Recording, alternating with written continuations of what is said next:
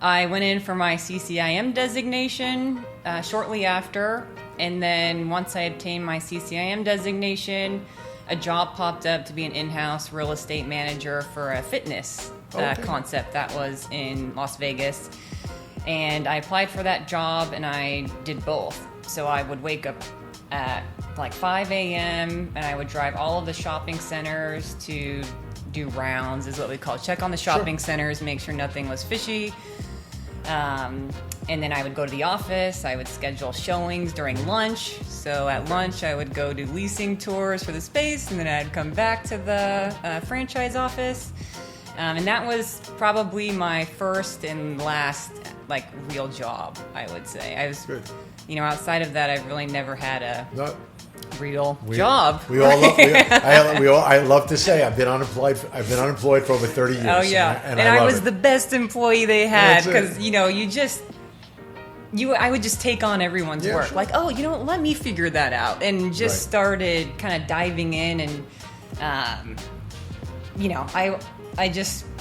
I would do far more that was outside of my scope of work. Welcome again, everybody, to the Zelnik Exchange. I'm your host, Cory Zelnik, and today I have my great social media buddy, Brittany Megrath, as my guest. And I say it that way because we met via social media right in the middle of COVID. That's how we became friends.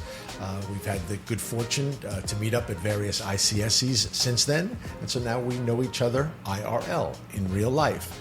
Let me tell you a little bit about Brittany. Brittany is the managing broker, principal, and founder of M Square Commercial, MSC. MSC was founded in 2019 in Las Vegas, Nevada. At the time, the brokerage was focused on retail tenants within the Nevada market. Today, MSC underwrites and works in more than 60 markets, and I look forward to exploring that, across the United States, and has assisted in transactions in 15 states. Brittany is now a licensed broker in Nevada, Georgia, and New Mexico. That's all over the map. Brittany and the MSC team have transacted more than $50 million in real estate value over the past 5 years. The company now works across asset classes and on both the buy and sale side of the transactions. MSC now has clients that range across markets from Massachusetts to Pennsylvania to Nevada, and have experience with raw land, office, retail, fitness, quick service restaurants, car washes, automotive services, and many others. Brittany currently works as a third-party consultant for one of the largest developers in the country, overseeing the development process for their car wash tenant, managing their excess land portfolio curated by local broker relationships, and drives build-to-suit programs with national tenants. Brittany holds a bachelor's in business, CCIM designation, and financial modeling and analyst, FMVA certification. I'm not sure about that one. You'll have to fill me in on that. She is a member of the ICSC, a certified bar and mat Pilates instructor, and is married with 2 young boys and a former professional dancer. So I look forward to hearing all of these things. Brittany, welcome to the show. Hi, Cory. How are you? Nice to see you. Thanks for having me. Oh, it's my pleasure. Thanks for coming to town. I'm excited. I know you have a lot of things going on around the city and the surrounding areas. But let's just go back to the beginning, right? You started the company in 2019, right? Mm-hmm. You blink, and it's COVID. Yep. So tell it how it started. How did you get in the real estate business? I originally started in real estate as a side hustle. I was actually in a show in Las Vegas. I was on the Strip performing, and it didn't pay as well as I had hoped. Sure. And we had a lot of free time during the day. So we had 2 shows a day. You do a 5 p.m. show and oh my gosh, I'm not even going to remember, maybe a 7 and a 9. I think we had to get there at 5. You're pretty much working from 5 p.m. to 11 p.m. At one of the hotels? At one of the hotels. Okay. 2 shows a night. And so you had nothing really during the day. Okay. And so a lot of girls in the show would get second jobs. Either they were teaching during the day or working at conventions during the day. I decided to get my real estate license and do real estate during the day. So it started on the side. I would go to a small boutique office during the day, work on leasing shopping centers, and then I would go and do the show at night. And I did that for about almost 2 years. And it was retail right out of the gate. That was the direction. Yeah, it was retail right out of the gate. And that was that opportunistic. I'm a retail guy, so I jump right on that. So was it that was the opportunity of the moment, or was it something you had to design for? My father is in real estate. Little known secret that you share with us. Okay. Is he in commercial real estate? He is, Okay. yes. And so he's not overly active All right. anymore. He just pretty much has his assets and maintains those. Okay. But I started at his real estate firm, and this was, Vegas took a long time to recover after the recession. Sure. And so some of the shopping centers still had vacancy. Mm-hmm. I showed up. He sat me down at a round table, gave me a phone book, and said, start calling people.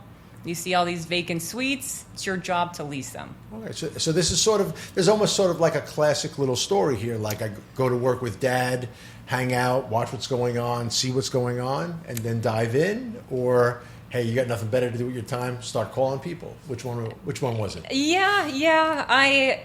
I shy away from leaning into the relationship too much because we weren't overly close. Okay.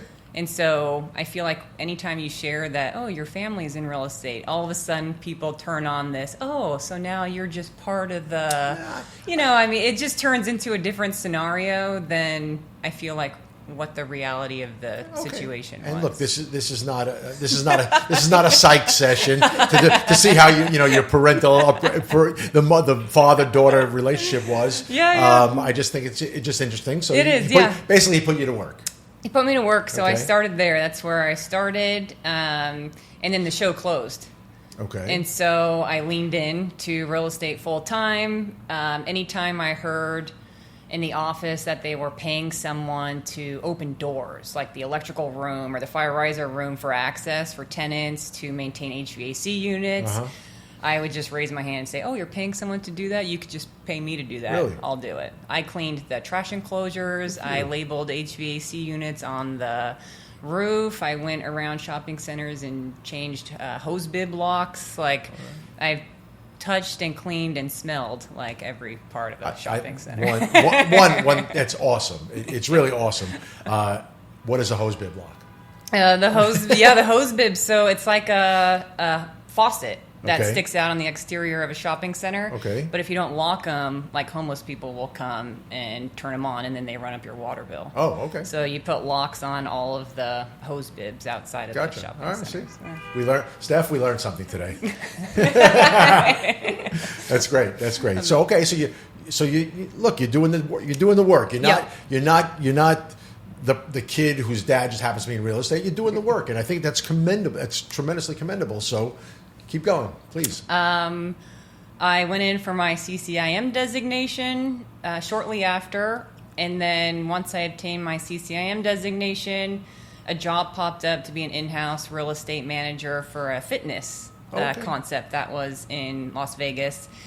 And I applied for that job, and I did both. So I would wake up at 5 a.m., and I would drive all of the shopping centers to do rounds, is what we call it. Check on the shopping centers, make sure nothing was fishy.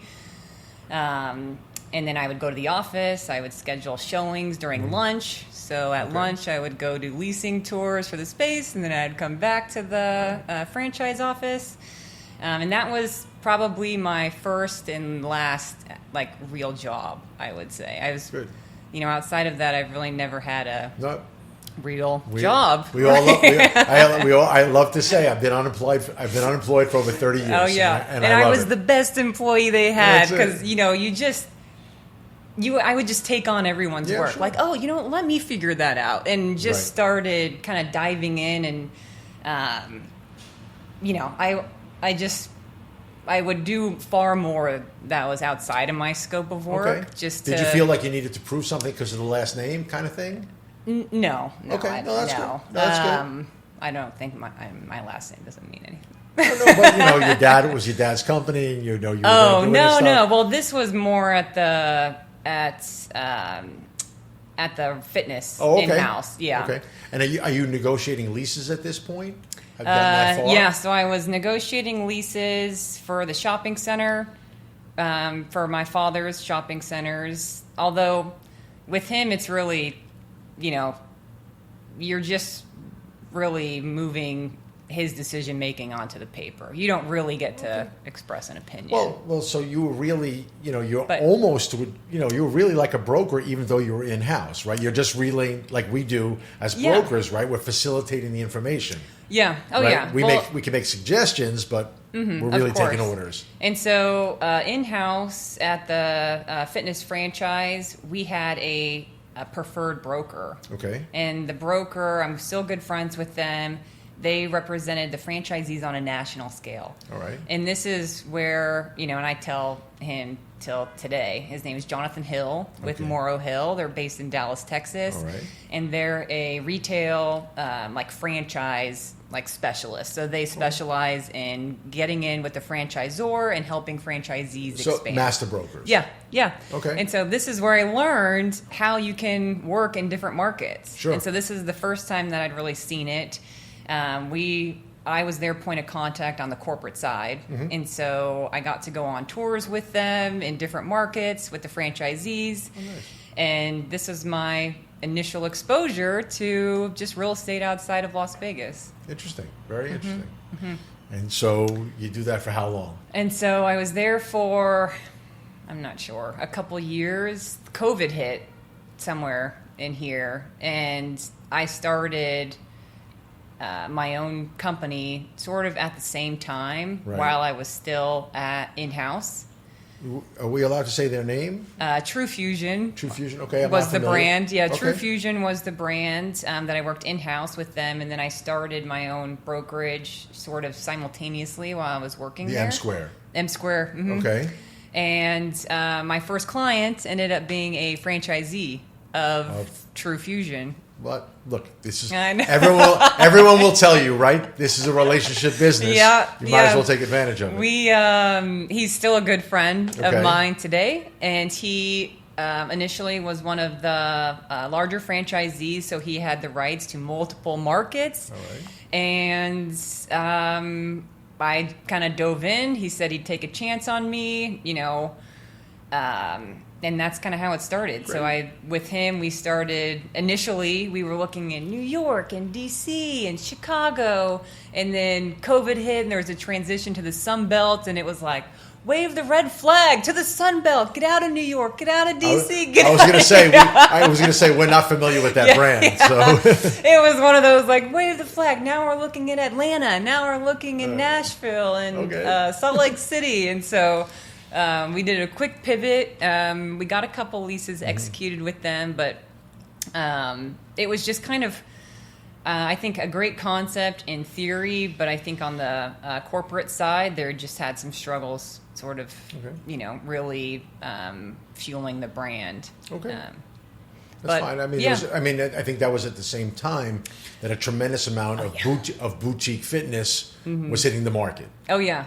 It was the boom of boutique fitness, exactly. And then COVID hit, and then Peloton was the that was the big boom, and then it was kind of a struggle on, I think, getting people back into fitness, and I think the fitness sector has kind of gone through a full cycle. And then you fast forward to today, and fitness is booming all over again, right? Interesting how the cycles work. Yes. All right, so you roll. So you did. I wouldn't too far to say probably that you were rolling them out, but you did more than a handful of them. Yeah. Get some leasing experience under your belt. Yes. Tell us what happens next. So during COVID, I went on a Beth Azor's women's investment seminar. It was online. Okay. I had a baby, and I remember being at the conference on Zoom. Sure. Like holding a baby, listening. Right, of course. And she had a couple female speakers. Mm-hmm. And one of the speakers was Karen Hutton, who is the owner of Hutton Development in Chattanooga, Tennessee. And they're also the owner of Mod Wash, the car wash is now expanding. They're up to over 125 locations from Florida to New Jersey. And I reached out and said, come to Vegas. I can be your broker. I'll help you expand. Sure. And she responded. She responded to my outreach. You sound so surprised. Well, yeah, because when you email, info at whatever brand it is, info at Popeyes. You don't expect the CEO to write you back and say, There are more surprises out there than you believe. That's true. That's true. If you hit the right cues in your email. Yes. Hey, I was listening to you speak at Beth Azor's thing. Those type of things work. You'd be surprised. And so, it's almost like an old school theory in our business. Yes. Was that they used to say when really you were cold calling, CEOs and things like that, they would always tell you 7:30 to 8:30 and then 6 to 7:30 p.m. Because they're the first and the last in the office. And there are no secretaries and there's nobody in between, and they're going to answer the phone. Oh, yeah. I mean, we don't have that as much today because of all the screening process and the emails and what have you. Yeah. But that's great. That's great. I mean, still till this day, Karen and I talk late at night, her time, or Sundays. Where's she based out of? On the East Coast? Chattanooga, she's Tennessee. From Chattanooga, okay. Yeah. And so she said yes. They were going to try to come to Vegas. They ended up not coming into Vegas, but I built a relationship with the real estate manager that they had assigned to the market. Great. And I said, take me with you. Like, I've learned, what you're looking for. I can do this. I can do it anywhere. Just kind of give me a chance type of thing. Exactly. And he did. And again, he's another one that till this day we stay connected. And he taught me a ton. That's great. A ton in this niche that I continue to expand on today, which is doing site selection for developers that are expanding single tenant net lease deals. And I think, to that point, and when people ask me, one of the things that I love about the business in general is that you learn something new every day with each customer's business. Yes. Whether it's the Chinese restaurant or the sandwich shop or the car wash or the developer. Yep. And it's great because every day is literally a new day. And so you grab this stuff and you walk away. Because I remember saying this to someone when I was with CVS and I walked away from CVS. I say, I thank my boss. We parted ways amicably, but I said I use this line and I use it often. Thank you for the master's class in corporate retail real estate, because that's what you get. Yep. And whether you get a master's class in how to run a QSR Chinese restaurant or a QSR sandwich and salad shop, you're learning every day, and I think it's a fascinating part of our business. It is. I mean, every tenant wants something different from their real estate, whether it's from a location perspective or a queuing perspective with the vehicle circulation. Exactly. I mean, everybody's looking for something a little bit different from, even size, size, cost. Different tenants can pay different amounts of rent. Land basis is different. It's, And I also think one of the other things I think that's so interesting about what we do on the retail level is that, like you said earlier, you could really do it anywhere if you work from a core sort of list of requirements from a demographic perspective, from a traffic perspective, from an access perspective, a lighted intersect, all of those things. Because I tell people all the time, you could send me something, you could send me an OM in Boise, Idaho. Yep. And from there, I'll get a jump start as to whether it's good or bad. Yeah. Just based upon that information. Yeah. It's also something I find wonderfully interesting about our business. Oh, yeah. I think so. I mean, today, so I guess building on that, Mike Daly was his name. Okay. He taught me. Is he dead? No. So it's still his name. I know, but I don't know. When you It's still his name. See people on podcasts, I'm not sure. It's okay. He's still his name. But he taught me how to look at sites with the development eye. So It's not just, because this was really my first time leaving shopping centers and going into dirt. Sure. And land. Like, we're going to build something from scratch here. What do you need this site to provide in order for it to be a successful development? Okay. And so, and he's really great at, looking at a site and chatting through it and kind of telling you, what's good about it, what's bad about it, what's going to be tough about it, what's going to be expensive about this site, and so chatting with him through all of these sites and all of these deals that we did together really gave me the, the perspective and the insight on how to approach sites, for clients. And so Hutton ended up bringing me on, outside of the broker capacity, and they gave me markets to help expand Mod Wash on my own. Right. And so that, kind of allowed me to almost act as a developer a little bit and learn as a developer. And probably till this day, just talking with the experts in the space, whether it's Karen Hutton or, anyone else in this arena, hearing how they look at sites for the specific development and costs that you should take into consideration, and how you should go back and renegotiate that with the seller because you're benefiting his entire project. It's not just our property. So, I mean, really, every conversation that I have with the clients is, educational. Yeah, I think that to that point, and we talk about it often here. I talk about it with the guys a lot, and I always bring things back to sports, having played as a kid and all that stuff, is you want to slow the game down, number one, and you want to see the field in its entirety. So like you say, you see all the pluses and the minuses, as opposed to being the pure broker who says, okay, it's 2,500 square feet, it's $100 a square foot, this is what you need. Yeah. It's so important because especially the younger brokers, the up-and-comers, they're anxious and impatient, and I get all that. And it's hard, and I impart it on them often. Slow down. See the field. Yeah. See the court. Michael Jordan was famous for having the ability to almost play in slow motion. Not literally, but from a see what's going on. They say the great quarterback on a football field slows the game down to see all of the options. And that's exactly what you're talking about. Oh, yeah. No, I think 100% and you can tell, I can tell now from how much I've learned in just working with developers when I start talking to brokers that are not looking at things with that perspective and just saying, here's a site. And I'm like, well, it's a hole. It's in a floodplain. It's next. I mean, you just start to see all of these, I don't want to say issues, but you look at it with a different eye that starts to accumulate cost and time and like all these other hurdles that might come along with the site that someone's just like. And oftentimes, because we represent tenants exclusively, so we speak to a lot of brokers who just say, hey, here's a great site, without having that full perspective.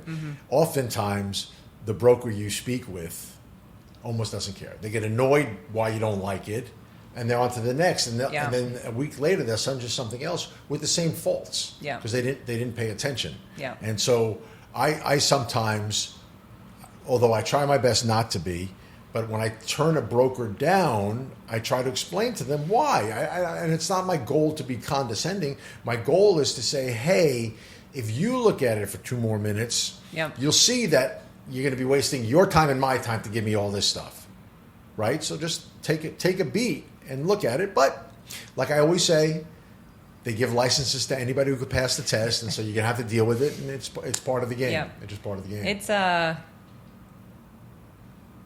It's hard. I mean, the development sites and then navigating the tenant expectations and what you're committing to with the tenant, and then running the site negotiations and staying committed to your seller. Both of those timelines as you reach hurdles and you have to go back to certain parties. I mean, none of those conversations are easy, and it's very... it's very sensitive, like the whole thing. Oh, yeah. One domino tips the wrong way, and, your whole deal. Oh, sure, I would imagine. Yeah. There are so many, you have so many time sensitivities and so many layers of approval. Yeah. Right?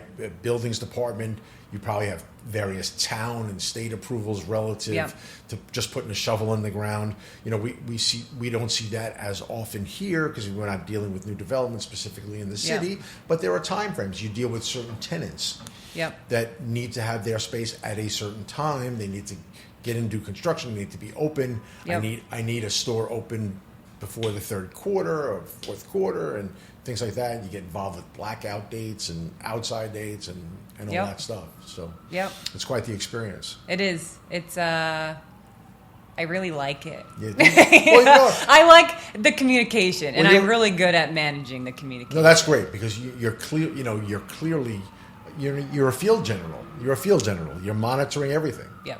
That's great. Yeah. That's great. So now you're doing this for a while now, and you know we talked about it in your bio. You're licensed in multiple states. How what's the reason for getting? You know, you're all over the map, literally. Yes. But you're licensed in only 3 states. So why those 3? I mean, obviously I know the Nevada part. Yep. But why the other 2 and not 10 other states? I know, and I'll probably lose my license in both New Mexico and Georgia soon. How come? Why is that? Only because of the CE requirements and just not kind of Sure. being able to keep up. And honestly, now the way that we work is through local broker relationships. I was going to And say.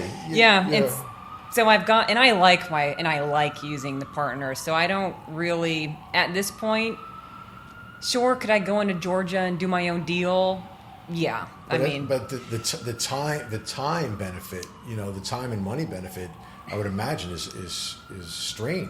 Right? Yeah. Well, the way that, it's representing a developer that has an assignment with a tenant.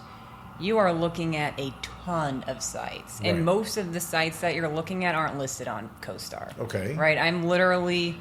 You're driving. I'm driving on Google Maps. I've got my local guy driving, and you're finding a vacant house that has retail next to it that maybe you can knock down and put, whatever your tenant's developing, Sure. retail, Uh-huh. right there. And so it's very granular, Mm-hmm. the site search. It takes time, and you've got to go through a ton to get one. So I need the help. Well, that's what I was saying. Yeah. You're a master broker. Yeah. You are a master broker, right? Yeah. And that's why I say from an efficiency perspective, Yeah. with all the states that you're covering, Yeah. you want to call, Yeah. Tom Smith in Arkansas or Tom Smith in Georgia or wherever, Mm-hmm. and say, look, here's a pile of stuff I got. Yeah. Check it out, make it happen. You're my guy. Yeah. Right? Yeah. I mean, it just... Yeah. So actually having my license in some of these markets has Yeah. lost its value a little bit. Right. Yeah. Right. So, and then, then the CE courses are a whole nother thing. And sometimes I just don't put in the time to do them. No, you can't. I know, but you're outside of Nevada, of right, course. but yes. you're only human, right? You're based on everything you're saying. You're borderline superhuman, right? And I'm not trying to be glib, Yeah. But look, you're married, you have 2 kids, and Yeah. you're going to worry about a continuing ed course in Georgia. Yeah. I mean, really, Yeah. right? Yeah. The way our business is designed is such that you can do that. Yeah. With the right people, as long as you have those right Yeah. people. I really like my broker relationships, and I really value those Mm-hmm. relationships, and I want us both. I want them to make Right. money, so I really go into these deals showing, like, listen, I'm going to show up on my end. I'm going to put in the work. I'm Mm-hmm. Right. not leaving you here out to dry to course. do all of the work.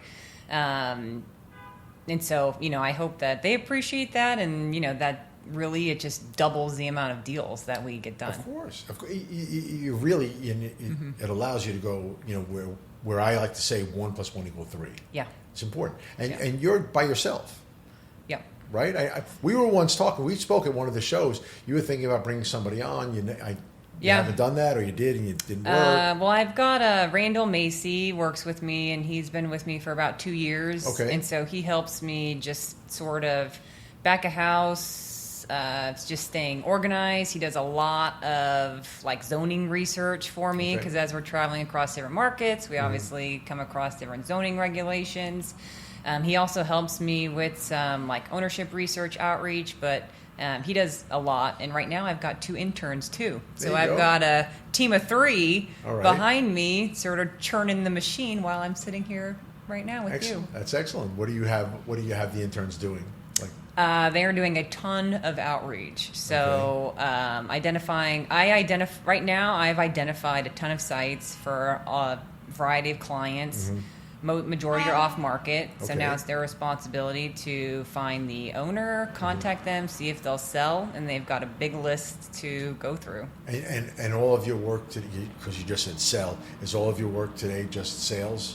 So because majority of my clients are developers, they all want to buy. Okay, understood. Yeah, so they're buying and then they're developing, and doing a build to suit for a tenant. The car wash or whatever. Yeah. Excellent. And besides the car wash, do you have any other tenant relations, or please? Yeah. So we've got we're doing a 7-brew rollout. It's a promo. You got to promote yourself. Please. I know. Well, we're doing a 7-brew rollout in southern Louisiana. Okay. I've got some. You have brokers working in the territory for you. I do. Good. Yeah. So southern Louisiana. So we've got 2 stores that have opened for 7-brew, plus 3 more in development and 2 more that are working in negotiation. Tell me about the customer.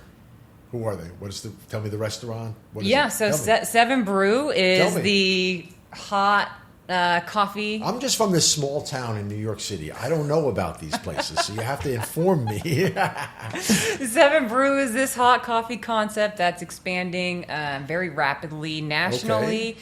They are a prefab model, so they're a 500 and change square foot building that is kind of shipped and craned onto the site. It drops down and they can be open real quick. So on the development side, you're really only performing site work.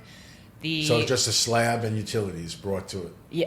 And that's it. Essentially, you drop it down, you reconnect the utilities, and then you just build out the inside. It's a small little box inside, and these things crank. And no seating, just grab no and go. seating. Oh yeah, and then there'll be 20 cars stacked up in line at these things. Interesting.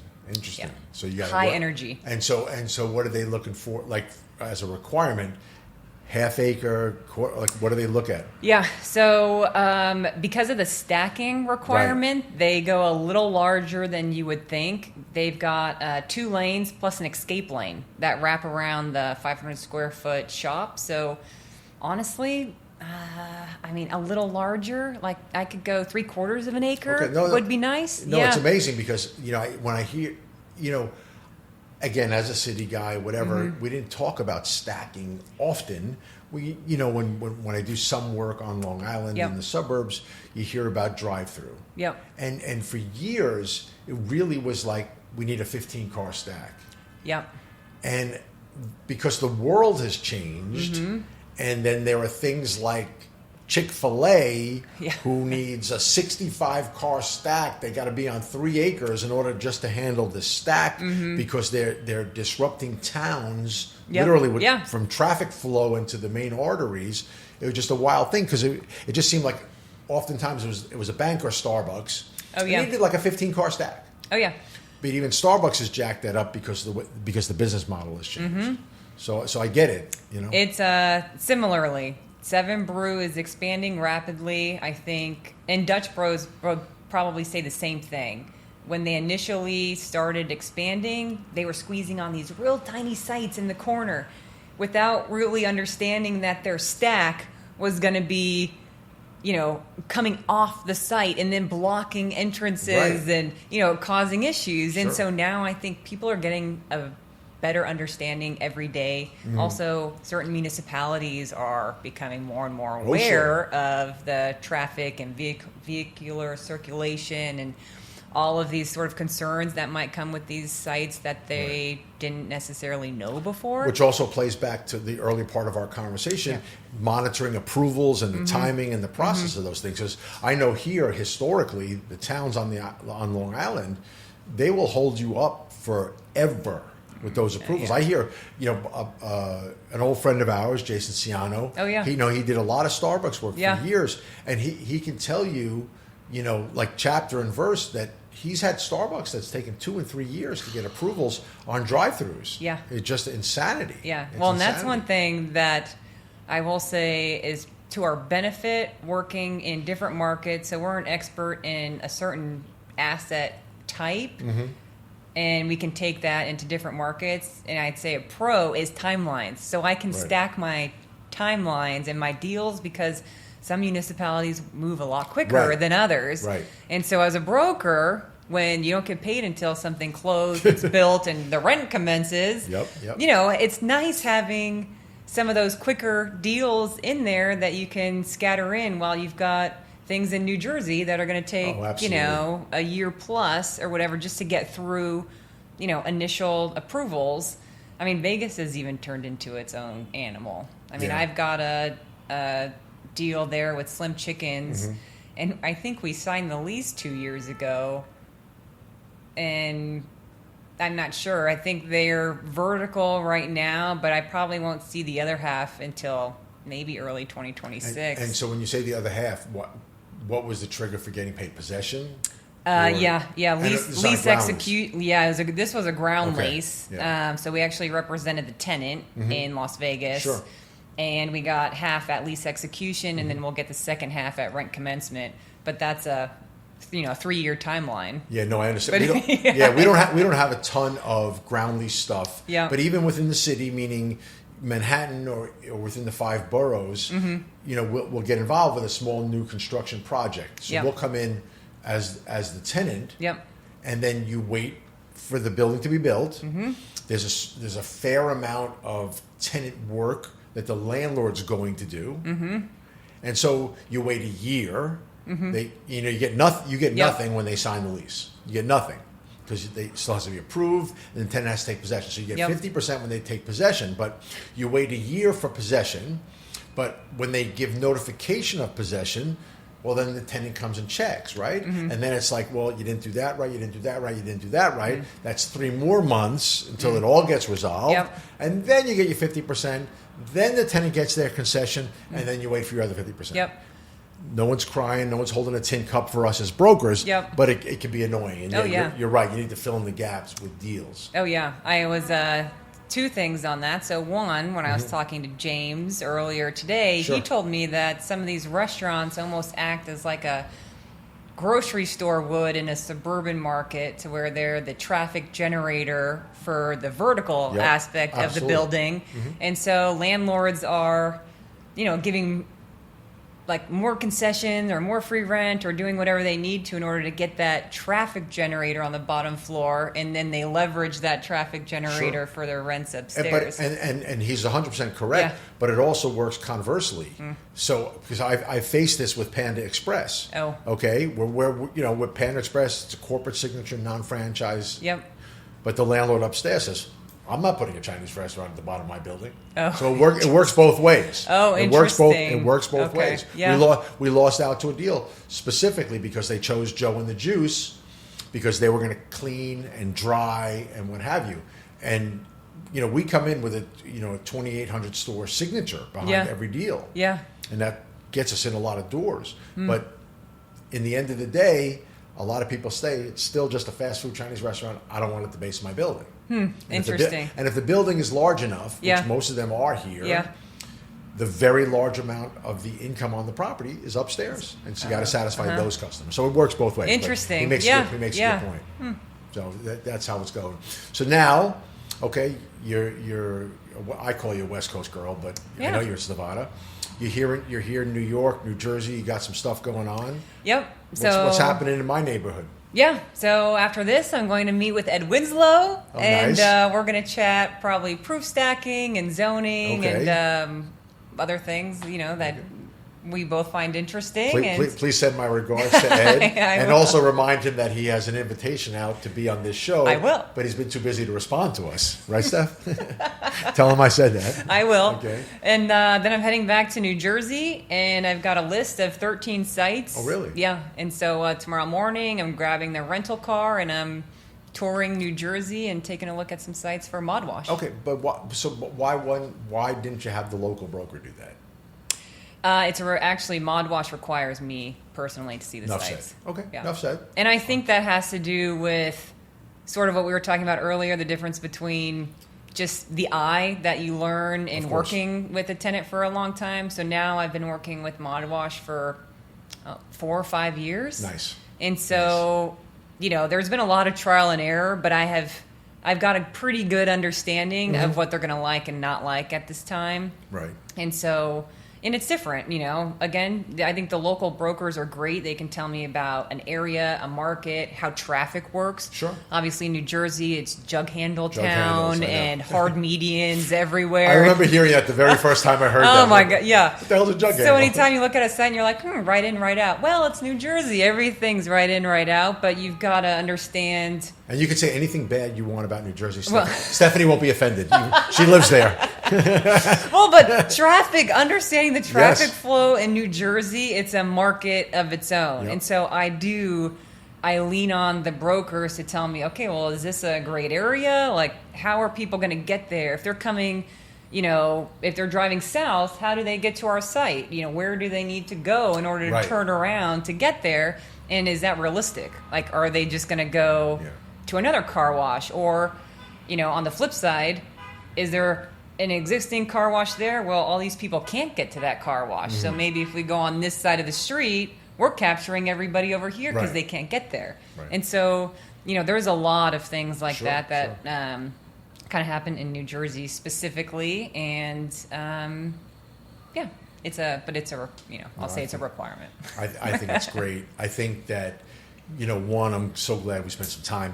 I think you're a great story because, and it's not because we've become friends. I think you're a great story because, one, you truly are independent. I know you have some people helping you in the office. Yeah. You have great accounts. You spread yourself out nationally in such a smart way. And I know you're wildly successful, and I think you're going to be even more successful as the future builds. I think my guess is, my crystal ball says, you're going to build a big strong team, and you have the opportunity to really create a national presence for yourself. And I'm glad to know you. I'm glad our business relationship continues to grow. Yeah. And I want to just thank you for spending some time with me today. Of course. I'm going to do a deal in New York. You just wait. I don't know what it is. As long as I'm the broker. Okay. I look forward to it. Okay. Thanks. Deal. Thanks, Brittany. Thank you.